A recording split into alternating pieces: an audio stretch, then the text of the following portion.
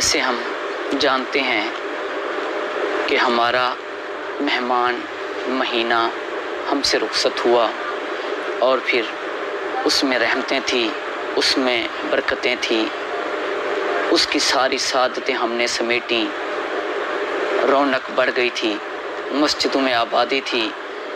پھر جیسے وہ رخصت ہوا، آج دیکھیں ہم ہماری مسجدوں میں فجر میں کتنے لوگ ہوتے ہیں، ظہر میں کتنے لوگ ہوتے ہیں۔ دل دکھ جاتا ہے، غم بھر جاتا ہے کہ ہماری مسجدیں اس رحمت، اس رونق سے کم ہو گئیں۔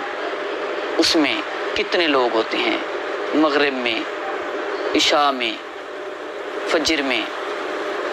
تو اس وجہ سے ہمیں سوچنا چاہیے، ہمیں کوشش کرنی چاہیے کہ ہمارے مساجد کی رونق بڑھے اور ہم کامیاب ہوں اور ہم اپنے آپ کو مسجد سے جوڑیں، تاکہ جیسے رمضان کی سعادتوں سے ہم سرشار و سرفراز ہوئے، ایسے رب کی رحمتوں سے تا زندگی ہم سرفراز ہوتے رہیں۔